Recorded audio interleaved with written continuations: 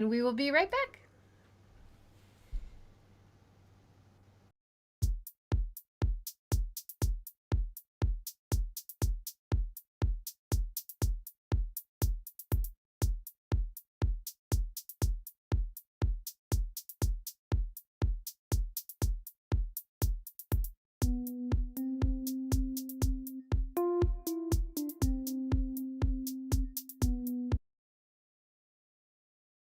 Hi, good morning, everyone. Thanks for joining. Today is Seeking Sustainability Live number 162. And hopefully, you all are having a nice December. It certainly had a cold snap for us here in Hiroshima. How about for you, Melody? Oh, it's really cold here. The seasons change quickly in Niigata, and it's really cold. Yeah. Yeah, we were just talking earlier about your cats, and your cats are now under the kotatsu, the heated table, right? Yes, yes, that's where they're hanging out, and I'm hoping they're not going to fight. I don't want to hear Wild Kingdom while I'm being interviewed. Yeah, yeah. Oh, Mary is joining us from Periscope. Thanks for joining, Mary. She says there's a snowstorm there. So she's laughing. Yeah, we had flurries the other day, but no snow yet. Have you had snow where you are We in? have we have You snow, have. yes. Yeah. Where we live in this Niigata city, it's not as bad as other places.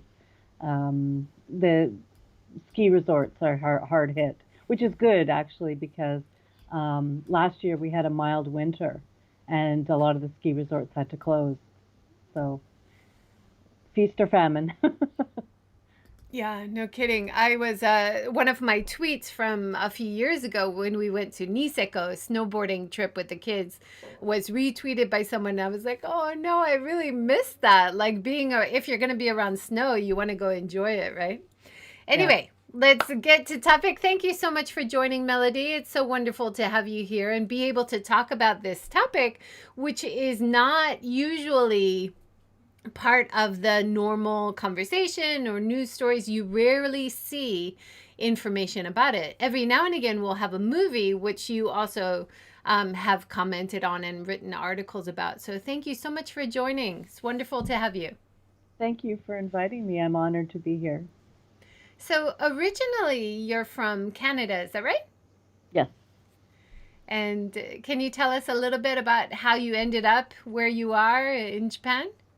Okay. Long story. Well, my favorite answer is I came to Japan twice. So the first time was for work, and the second time was for love. When I graduated from my MA at University of British Columbia in 1982, there were no jobs for someone with a master's degree and very little experience because Vancouver is a popular place and you couldn't swing a cat without hitting. That's a terrible expression. I shouldn't use it. But anyway, you couldn't swing a cat without hitting an English teacher. So people were loath to leave their jobs because Vancouver is a fantastic place to live. And at the time I was doing my master's, there was a sister program with Ritsumeikan University in Kyoto, and I worked in it as a teaching assistant. And so when I graduated, someone said, "Oh, hey, there's a job in Kyoto. Why don't you apply for it?" And I had never thought of going to Japan. That was not, something I thought I would do. But I thought, oh well, what the hey, nothing's stopping me. So I applied for the job and I got it. Um, so I came to Kyoto and I worked at Ritsumeikan for 3 years full time and 1 year part time. While I was there, I met a boyfriend who became my husband. And I wanted him to know what it was like to be a foreigner before we got serious. So I brought him back to Canada, and we lived there for 4 years. We were only going to stay for two, but he felt that his English hadn't improved enough. So he said, let's stay 2 more years. And then we came back in 2000. And I tried to run my own school for a while in Kyushu in Miyazaki, where my husband is from. And I wasn't a very good business person, and I preferred when other people pay me and pay me more money than I was able to get in the country. And that sounds very mercenary. That's partly true. I wasn't satisfied also. I'm a university teacher, and I prefer to be in that environment.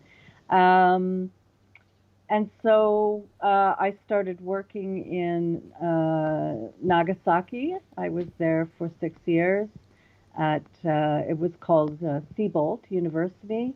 The name changed since then because it merged with university in Sasebo. So I think now it's called University of Niigata Siebold Ko or something.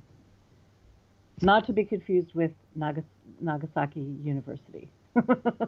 It's very confusing. We were there for 6 years and started the adoption process there. And then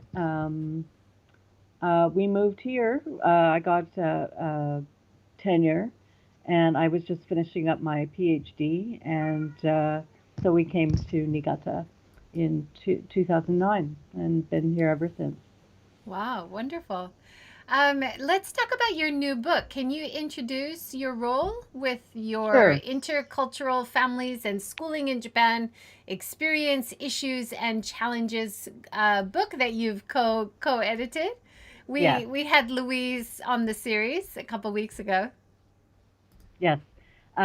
So yes, this book it's an interesting story. I had been approached by a publisher from a kind of what do I want to say, like a niche academic publisher, because I had published in one of their journals, and he was coming to the JALT conference, Japan Association of Language Teaching, and he said, "Do you want to come and kind of brainstorm some ideas for a book?" And I said, "How about schooling in Japan?" And he said, "That sounds great." So Louise and I thought I want to work with Louise because although she, as she said, she's not an academic writer per se, she has excellent command of Japanese, and she's been writing for years for various publications about family life and schooling. And I thought she's very well connected, and that would be good. And she has done a lot of the background research already. So we put together a call and we collected proposals, and then we wrote the proposal. That publisher was kind of not. They said it's not academic enough, and the people on your list are not famous. We've never heard of them, and it was true. We had a lot of new writers, but that was not an issue for us. So as Louise said, we shopped it around here and there till we found Canlin and Minard. That was recommended to me by my colleague Diane Nagatomo, who's quite well known for her academic work. And Canlin and Minard, as Louise said, they got it. They knew what we were trying to do. It was parents writing. They were parents and academics, so they were taking their academic skills and writing about parenting and schooling and their experiences of schooling in Japan. So Louise already went through the parts of the book. We look at different issues about putting your child in a Japanese school when you're not a Japanese person and you haven't been through that system yourself. So, the issues of dealing with homework, the issues of being a single father, and that chapter is really lovely because he talks about John Dumovich talks about having to wear the little apron, and the teacher would say, okay, mothers come in, and she never said mothers and fathers. So the title of his chapter is actually "The Teacher Called Me Okasan," which is an illustration of that and what it was like for him. Um, uh, we have 3 chapters on dealing with kids that have extra challenges. Suzanne Kamata, who's a famous fiction writer as well, she writes all kinds of genres, and she kindly wrote about her experiences with her daughter who has a hearing impairment. And Eugene Ryan wrote about finding a place for his son who has autism. And I wrote about my experiences um, as a foster and adoptive parent. And kind of what I wanted to provide was kind of a one stop shopping, um, some ideas, and also based on some research I'd done with other foster and adoptive parents who were in intercultural families like mine. And then, as you know, Louise wrote about um, you know, deciding to take your children out of the Japanese system, which is another option that parents can take. Yeah, Yes. it's such a useful resource, and I think you're covering a variety of situations, not only for the children but for the parents in Japan. So it's a great book, and if you're looking Thank you. for resources, I would highly recommend it. I've had a chance to read some of the chapters when I talked with Thank you. Louise. Yeah, well done. That kind of transitions beautifully into your history of writing really informative articles about adoption and foster care for Savvy. How did that come about, like writing for Savvy? That was, maybe people are familiar with Lisa Lowitz. She's a kind of well known author and yoga master and does many, she has her fingers in many different pies. Um, Actually, she was approached by Savvy Tokyo first. And she said, "No, I can't do it, but you should contact Melody." And so they contacted me and they told me they were looking for kind of a three-parter. And I said, "Okay." And what I did was I started writing kind of a narrative about what happened. And it turned into, you know, why we decided to do it was the first article, and then there was the process of doing it, and then how our lives changed after we did it. And it was interesting because when I met the then editor, he came up to me and he said, "This wasn't what we were looking for. We were looking for kind of a how to do it." And it varies in each prefecture, so it's hard to write out how to. Um, but he said, he said he had marked it up, and then he realized what I was doing, which was just telling my story.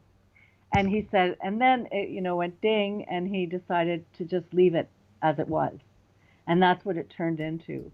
Because I wanted I wasn't thinking about writing a how-to.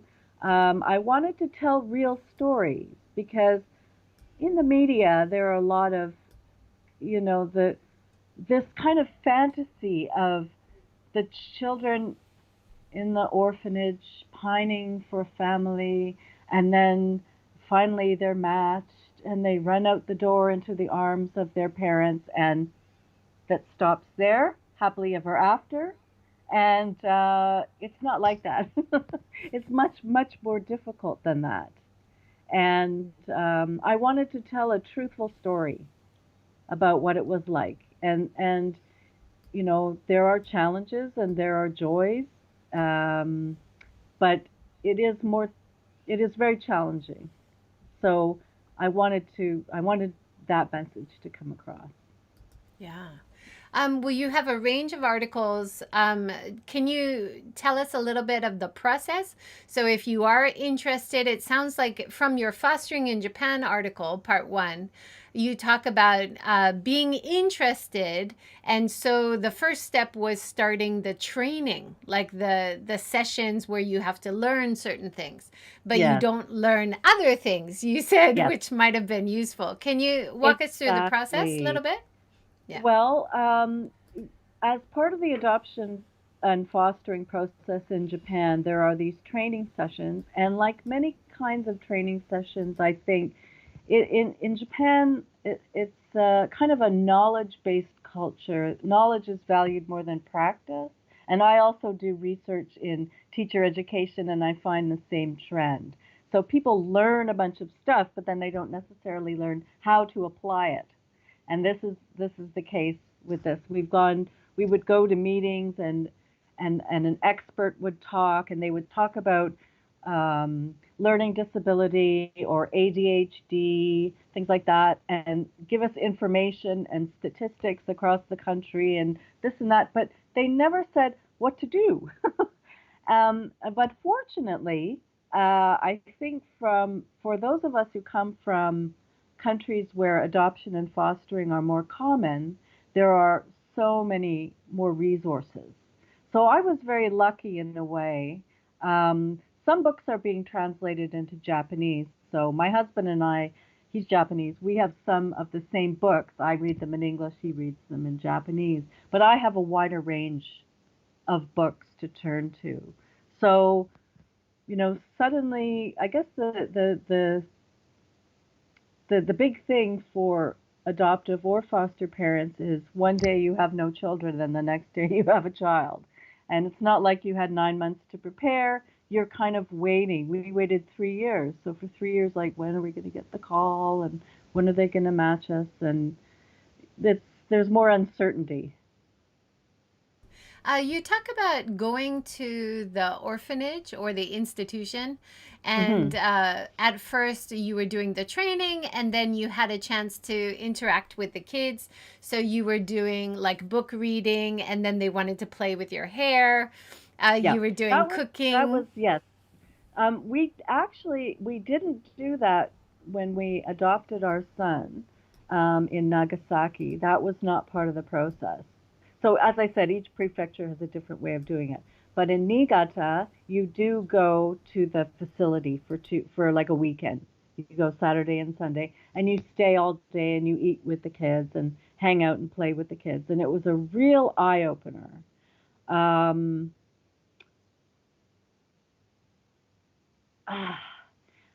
all I could think of was I want to take them all.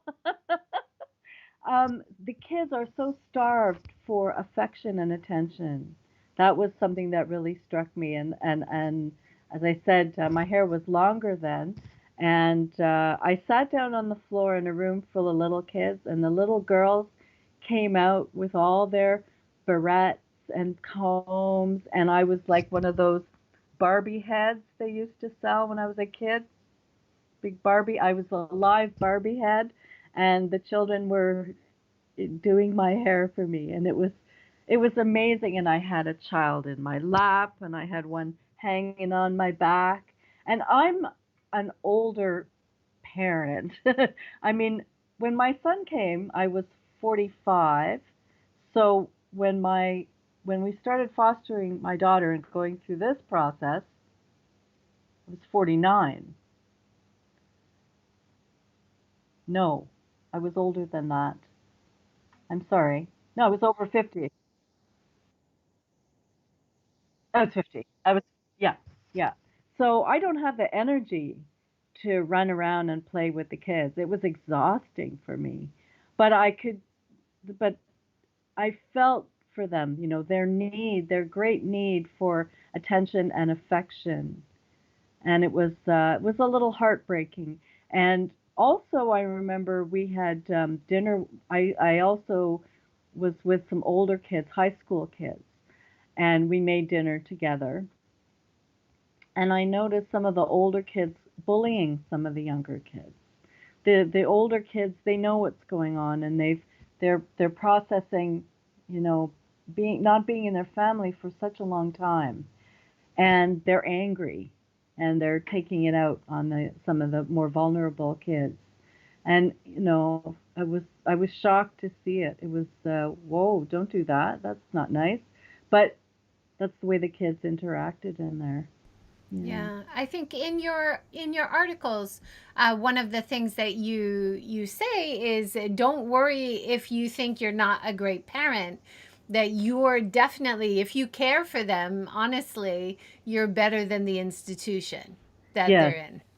Yes, and actually, it was a friend of mine who said that to me. He is the outgoing president of JALT Richmond, and I think he had been a psychologist before something. He had something to do with psychology in children before, and he said that to me. I remember it very well. We were in Cambodia for a conference, and we were outside having a drink, and he said, "No matter what, You are better than an institution. And that really helped because I was so insecure about my ability to parent. And I needed to hear something like that, that even poor little me, I could do some good. Yeah. That's wonderful. One of your articles, you're talking about a movie called Yuhi no Ato. Can Oh, you, yeah. and your article is so beautiful in your Thank reflection you. as an adoptive parent, watching this movie about adoption. Can Yeah. you give us a bit of introduction about that? I I really recommend this movie because it shows so many different sides of the adoption story, and it shows the feelings of the birth mother who had to give up her child. And what it did, it brought home for me the very dire circumstances, excuse me, that some women are under, and they don't want to give up their children, but they have to if they can't support them. And that was the story of this. And then the birth mother getting her stuff together and thinking, okay, I'm ready now. I can take care of my kid, and going to the adoptive mother who is just they're just finalizing the paperwork. And in Japan, the birth parent has priority, and the birth parent can come and say, give me back my kid. It's not 100% till it's 100%. Even with our child, with our son, we were 99% until his birth mother signed the final paperwork, and that was after a year. So we actually fostered him for the first year.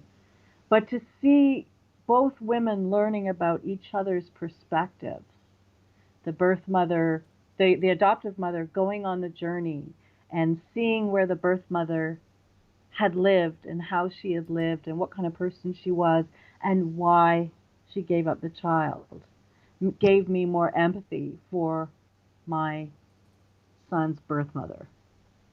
And it's a beautiful movie, and I highly recommend it. We saw it at kind of the art house theater. It's not a mainstream film, and but I recommend it highly. And have a box of tissues handy. There was not a dry eye in the house. Yeah. We've had some comments. Mary says, hubby and I often get a call, often wanting us to foster. We feel we're too old, but then I feel maybe they need us. That you're not too old to foster. There are age limits on adoption. I think 45 is the age limit for the mother, at least. I think there's still this idea that, the dad's age doesn't matter because the mother will be doing all the work. And actually, that was an interesting thing with us. I can talk about that later. I tend to meander. But fostering, there is no age limit. In fact, we know people who they're older than we are. I think they must be in their 60s, and they were placed. They had a baby placed with them. So that's not uncommon. Now you can specify an age, um, and the difference between this is an important thing that makes Japan the fostering process in Japan different from other countries perhaps is that um, a lot of parents don't want to take the child off the family registry, so they we are not fostering to adopt. So many people ask me about my daughter. She's been with us for 4 years. They're like, when are you adopting her? Haven't you adopted her yet? And it's kind of uncomfortable for me, but I have to say, no, we're caring for her. She has a relationship with her birth mother, like by letter. They haven't met in person yet, but they're communicating with each other by letter. And so my daughter knows that she's growing up with us.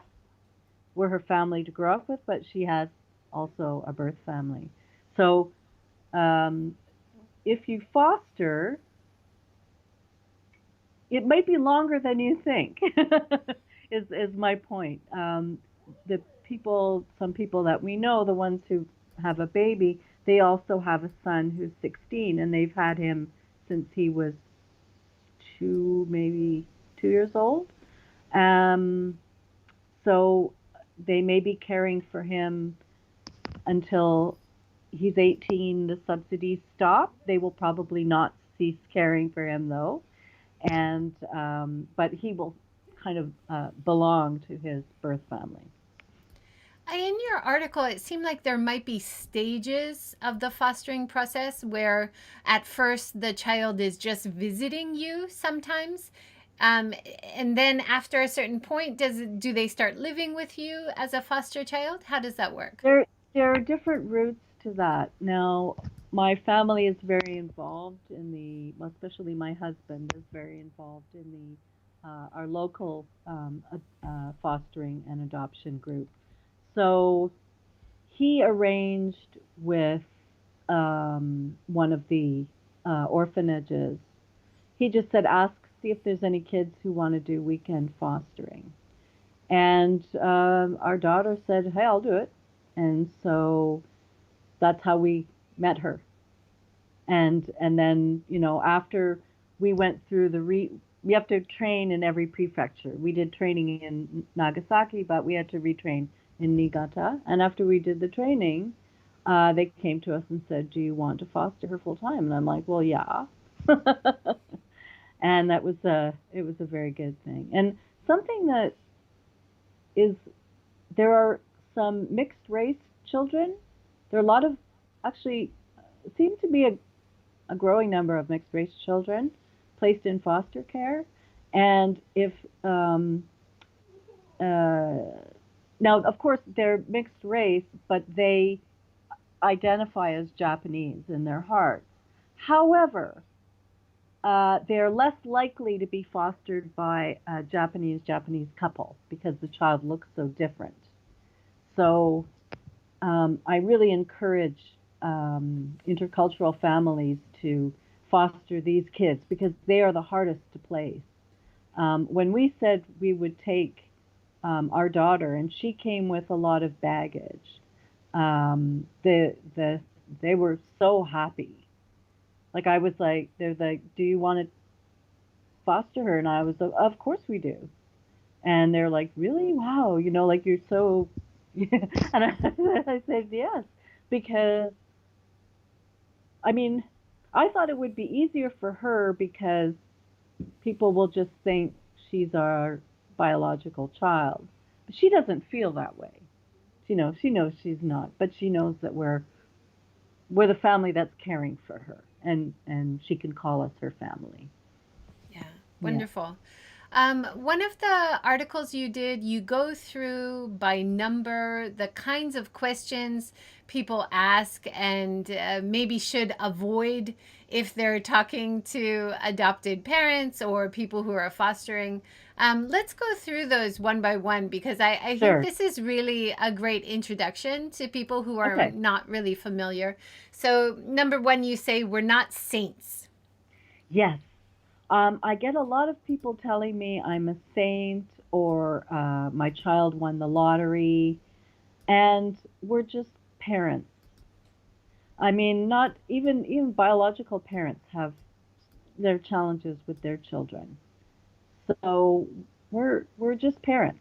Now, our job is more difficult, and we do have to be more mindful. Um, I sometimes envy people who have biological children who are affectionate because my kids have never been. I think my son was for a little while, but now he doesn't want to be touched. I was actually able to hug my daughter. She came back with some really good grades from a recent test, and I was really proud of her. And I did. I think I put my arm around her. I didn't give her a full contact hug, and she let me do it, and that was a big step. Yeah, but anyway, we're just there's more challenges, but we're not saints.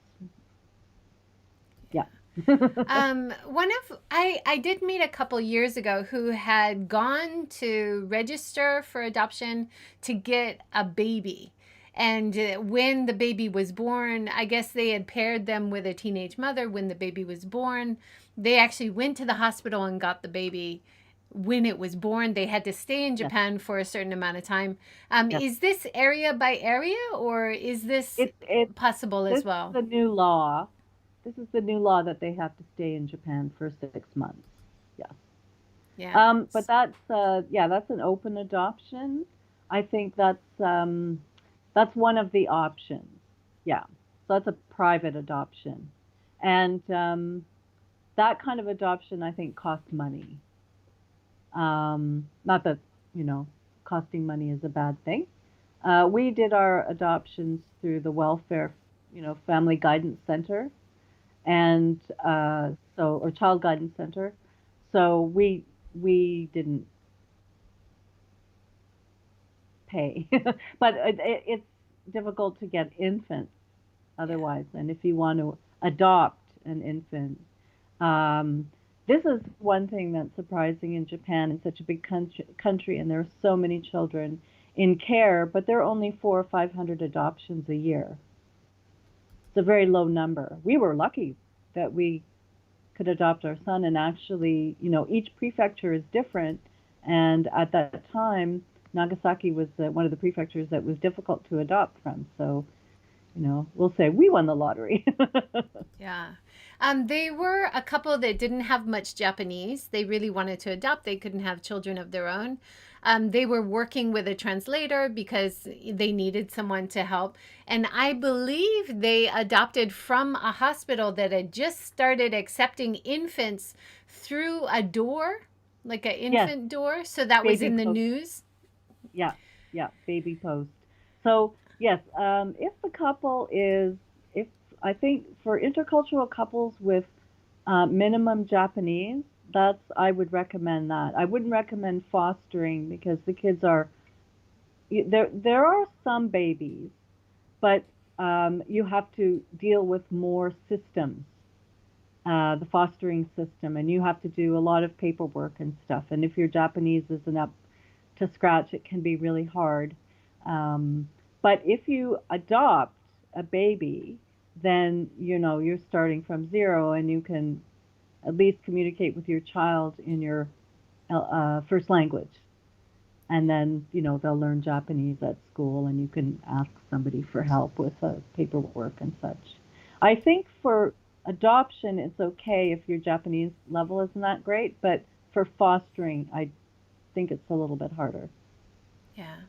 It's wonderful to adopt or foster at any age, of course, but I think the language consideration, and then, like you were talking about in your article, when you started fostering your daughter, she was on medication for ADHD. You said she came with some baggage, um, and there's some bullying inside the institution. So if you know you want to adopt, I'm sure that's why a lot of people maybe are drawn to adopting babies. Hmm. Yes, I think so. I think so. But the yes, but the older kids need it more Of because course. the longer they stay in care, the fewer advantages they have. They will usually be behind their peers at school, a couple of grade levels. The longer they stay in care, the worse that kind of situation gets. And a lot of the kids, really, there aren't so many options for them in Japan. A lot of them don't go on to tertiary education. They'll probably drop out of high school. Um, a lot of them tend to be school refusers. Um, they're stigmatized even in their community. Um, yeah, I think yeah, the older kids need it more. They're harder to deal with, but they need it more. Definitely. Um, let's go to number two on your list. Watch what you say around the kids. I think this is so key, not only for fostering or adoption, but any family situation, especially in Japan. Sometimes people say things too quickly without taking into consideration, maybe not say it around the kids, right? Yeah, yeah. So with my daughter, one of the other sports moms, the first time I met her, she's like, "Oh, she's half, isn't she? She's half. She's half." Like I was like, I didn't want to tell her. I'm not going to out my daughter and say, "Oh, well, she's foster and she's actually not my kid." And I thought, what can I say? And I just ended up saying, yeah, a lot of people say that. That was the easiest thing. And I've had people say, crazy stuff in front of me, like, your son doesn't look like you. I had a lady come up to me. I was grocery shopping when he was really little. My son was really little, and he's in the cart, sitting in the seat, and I'm pushing the cart. And this old woman walks up and sticks her face, like she right up to us. And she looks at him, and she looks at me, and she looks at him, and she looks at me, and she's like, "This is not your child," like I'd stolen him or something. And I was shocked. I don't even think I could answer. I was just like, who are you? And some of my friends have also, who are also adoptive or foster parents, have had the same thing. Perfect strangers will come up and make comments. And I had a student say it, your son doesn't look like you. And so I thought, well, I'm just going to turn it on its head. One day I was walking with my son near my school from our old house, and we passed by a neighbor and we're chatting, and she's looking at him and looking at me, same thing. And she says, he doesn't look like you at all. And I looked at her like I was shocked. I was like, really? I think he looks exactly like me. I don't think she knew what to do with that, but I thought, I gotta find the funny. Yeah, And that's definitely. a sense of humor is a definite must. Yeah. I mean, there'll be times where, you'll want to tear out your hair or cry or whatever, but you've got to find the funny. Yeah. I Yeah. think when I was talking to a comedian last week and another comedian before, you realize how important a sense of humor is for resilience in Yes. life. Yeah. Especially this year has been so hard. You have to Oh, yes. find something funny, and it helps you deal with things which are really hard. Yeah. So I'm so glad you were able to find the funny about it. Yes. My brother's adopted, and Hmm. we, as a family, moved to Scotland. And I remember we're all white family, and we have a Korean. My brother is from Korea, and people would always call him Chinese. And why do you have a Chinese boy with you? And this is my brother. Even in Scotland, so it's not only Japan. And in front of him. Yes, yes, Uh, yeah. yeah.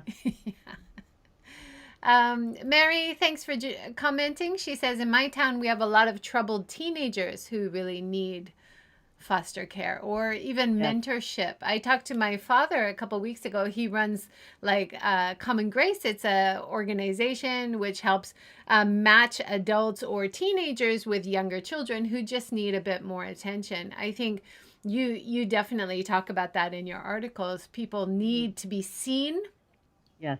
and appreciated and supported Yeah. emotionally. Yes. Yes. Yeah. Definitely. All right. Number three, don't act surprised that they are nice, loving, smart, well behaved kids. A lot of people in Japan there's a big stigma. This is why I think it's still kind of a hidden thing. Um, One of the respondents for a survey I did, bad blood was basically the idea. Um, Even in my own case, my mother-in-law begged me not to foster because there's a belief that the kids are inherently bad, and that needs to be just trampled on. Uh, yeah, so there's some especially by older people, not so much younger people. And there are many older people fostering here. You know, I'm a minority in my adoption and fostering group here in Niigata. But there are some people who really are carrying some um, harmful old ideas around, and they need to be educated. Yeah. And I think, you know, once we did it, and my mother-in-law couldn't do anything about it, and now she's kind to the kids. So Nice. yeah, That's wonderful. I mean, you hear that even in international marriages where the in laws won't accept the wife because she's not Japanese. There is a yes, very strong idea about the blood, the Japanese yep, blood being very important in terms of yeah, heredity and family legacy and everything, yes, right? yes. In fact, even in my own case, you know, my mother-in-law and I have a wonderful relationship now. Um, but at first, she was not keen on her son dating a foreigner. It's okay to play with them, but don't get serious. The next one you say don't badmouth their parents. Yes, yes. So actually, now this advice came from another article that I referred to, and I didn't have this experience myself. Maybe some of my friends have, who in Japan, but to be honest, I would badmouth, not in front of my child, but I was I remember for a long time being angry at her, you know, because the kids grow up traumatized, and foster adopted kids, especially adopted kids, maybe grow up with a big question mark, you know, who am I? Where do I come from? Why didn't they want me? And so I was kind of really, until I saw Yuhi no Ato, I really was kind of angry at her. But I would never say anything about that in front of my son. But yeah, sometimes people might say, "Oh, that you know, the birth parents must have been terrible," or "Oh, you know, underage," or you know, I mean, the kids don't come from happy families. They come from, um, you know, drug and alcohol abuse, domestic violence, and so on. Yeah, Yeah. it's always it's gut wrenching to me that we're having a decline in population, but yet the number of cases of child abuse is going up. You Yes. know, so if they're in an abusive house, you're kind of thankful that they gave the child to the institution. They Yes. realized they couldn't do it. So Yes. you should have some sympathy for the parents because, like you say in your articles, you really don't know what situation they were in. Exactly. Exactly. Next one, you're talking about the kids aren't grateful to us. Yes. People think this goes with the I think this goes with the you're a saint to do this. So back to what I was saying before about this idea that the children rush out of the orphanage into the arms of their new parents, and they live happily ever after. The kids are not grateful. They're angry. You know, they're angry, they're sad, they're traumatized, they're not with their birth parents, and it takes a long time to develop a relationship. And you know, I post a lot of what goes on in my family, and sometimes some people are a bit judgy, and they say, "Well, I wouldn't tolerate that," or you know, or "I wouldn't," na na na na na, and I'm like, "Well, you don't know what it's like." So, you know, the kids they have mixed feelings. They may have some kind of fantasy idea about their birth parents. And they're carrying that. They may feel that they are, and I talk about a lot of this in my book chapter. the kids feel like if they love their adoptive parents, they're betraying their birth parents. So they're constantly caught in this struggle. Yeah. So, Yeah. and the kids, there's something called RAD, um, reactive attachment disorder. And this is the kids are like they're pushing the parents away, and they're having trouble attaching. So they're not, if you are doing this because you want the child to be grateful to you, don't get a kid, go get a cat from a shelter or a dog. Cats and dogs are grateful and they show it. Kids, no. It's good to know going in, right? That you Mm, shouldn't expect them to say thank you. Like your own teenage child that never says thank you to you, like in my case. mm. That's kind of normal for kids, Yeah, especially ones who've been through traumatic experiences, right? yeah, yeah. Number 6, no, we're not making any money out of it. Yeah, that's for fostering, and you will get money from the government to support raising the child. Um, but, and I think some people might be doing this as a job, or they might think, oh yeah, we'll take in some kids and get some extra money. That is not a reason for taking in children. You get enough money for the child to live and pay for their expenses.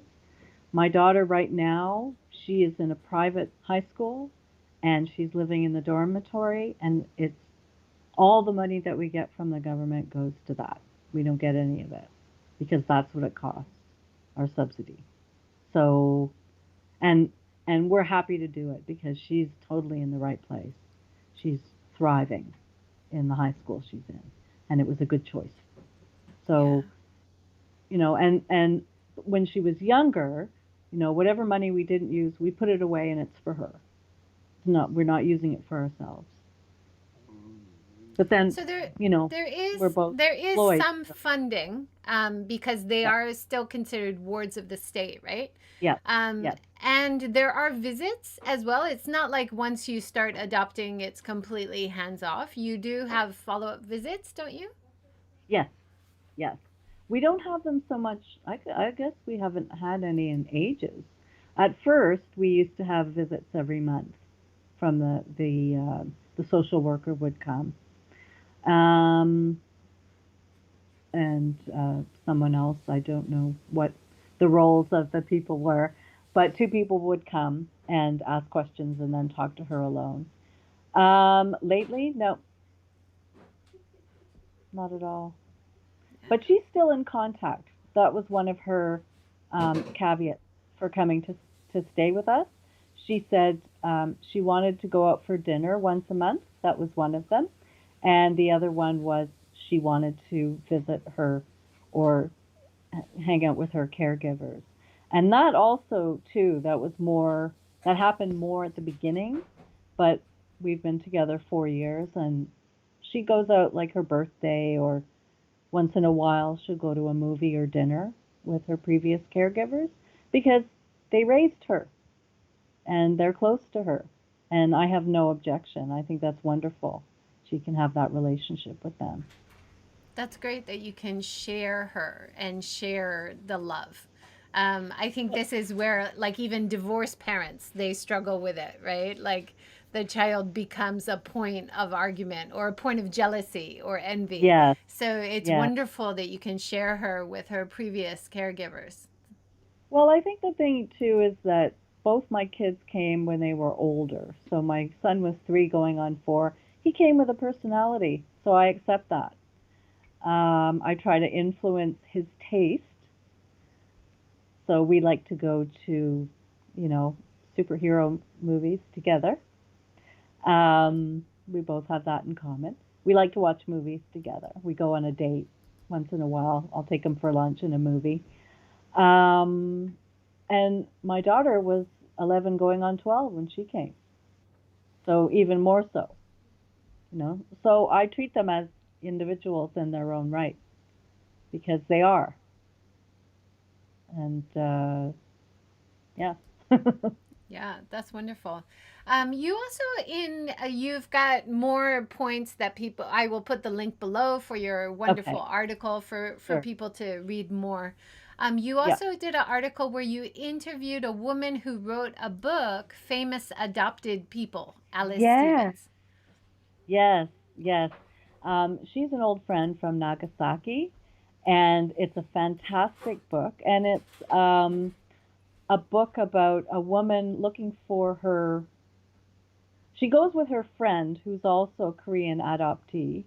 The two of them go to Korea. The one girl is going to find her birth mother, and the other one inadvertently finds her birth mother. And it's kind of a rom, but it's also about trying to find your birth mother. And they have agencies in Korea to do this because so many Korean kids were adopted overseas.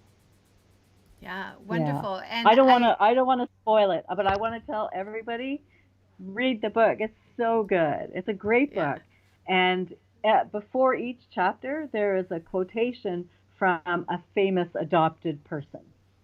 So it's wonderful because those quotations express the feelings of adoptees, That's so I think. nice. And in Yeah. your interview with her, she talks about how she doesn't want the parents to take all of the narrative Yes. about adoption. That of Yes. course the child, which is so underrepresented, the child's experience and what happens to the child through their life needs to be a part of the narrative as well. Exactly. Exactly. Because you're getting my narrative here, but then I'm writing my narrative for to encourage people to foster and adopt in Japan. Um, but I would love to encourage my kids to write their narratives. Yeah. Another adoptee narrative, which you have introduced, is My Invincible Compass. Yes, yes. That's a film coming out. I'm one of the sponsors of this film. It should be coming out soon. I think he said this month even. I'll have to check with Matt. And he's traveled all over Japan and visited different institutions and talked to different families. And I think it's a really important uh, project.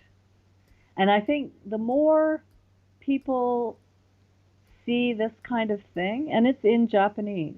It's not in English. Um, I think it will have subtitles.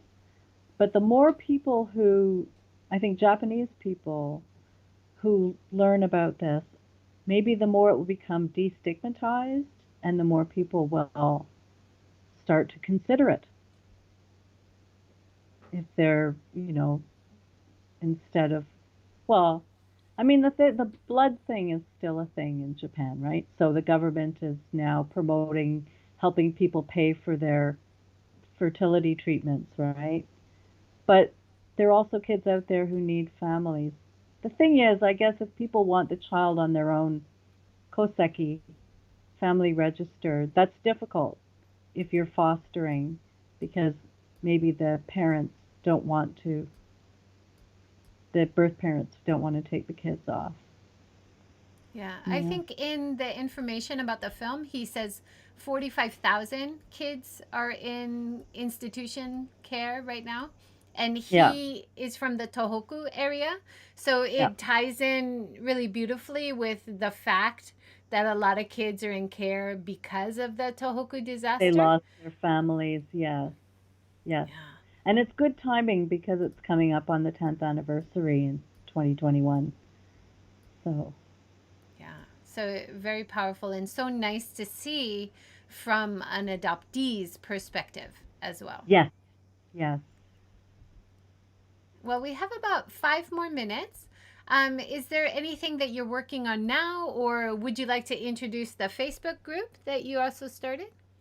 Okay, well, the Facebook group is private, so if anyone is interested in joining, please send a message to me at cookmelo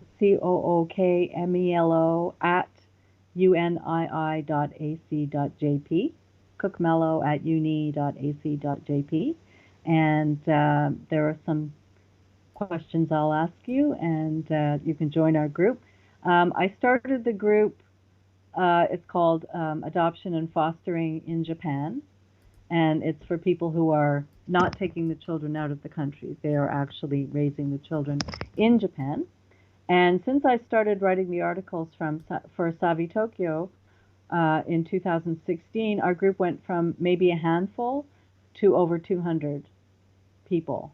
And it's really wonderful because they're all over the country and every prefecture is different, and people can come and join and ask any questions and get lots of answers. There are many experienced foster and adoptive parents. That's Yeah. wonderful. And then, of course, on Savvy Tokyo, you have your own column, Yes. Confessions and Confusions, Yes. where you talk about adoption and fostering as well. So thank you so much for all this great information that you're Thank you. helping to keep the conversation alive about Yes. foster care and adoption. And remove the stigma and let people know that this is out there, because well, I didn't know that we could do it. You know, it was at the beginning. This exists, and I want people to know about it. So if people are, like you said, it's really case by case, area to area.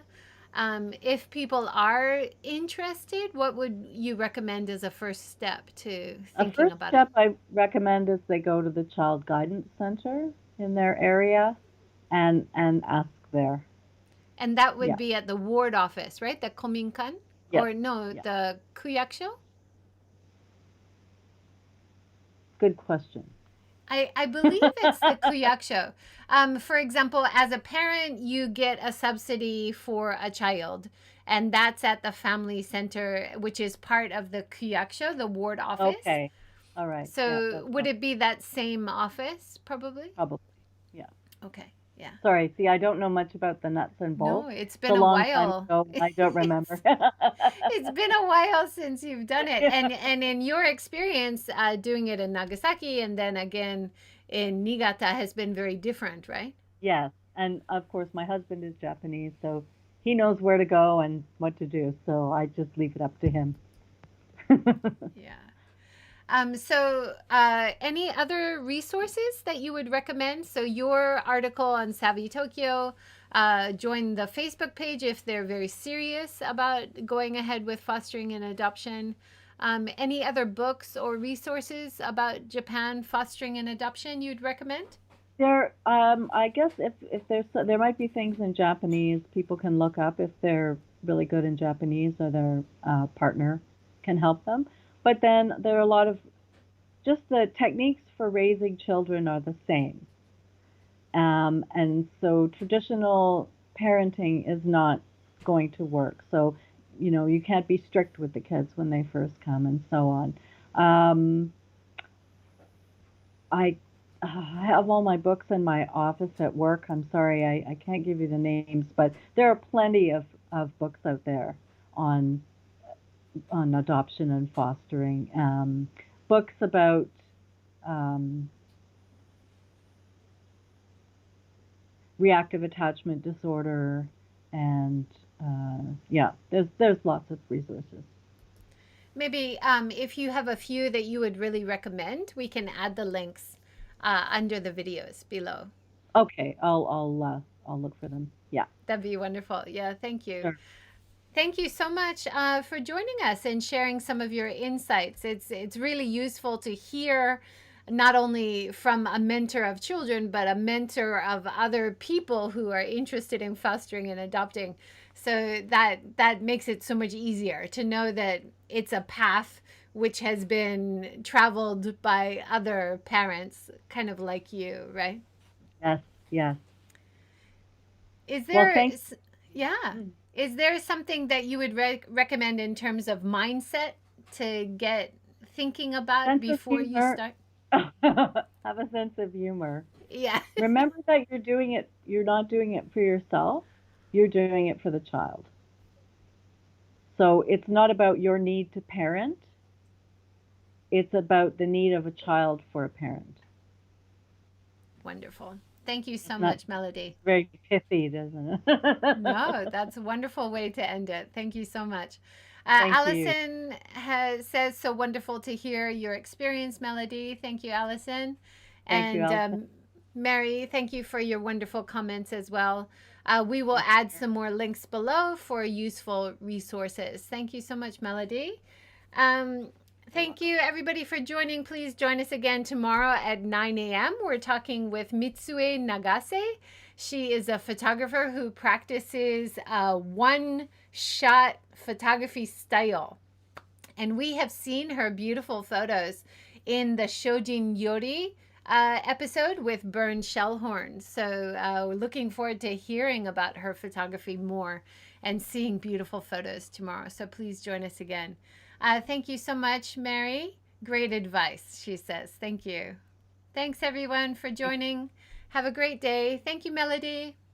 Stay Bye. warm. Stay warm.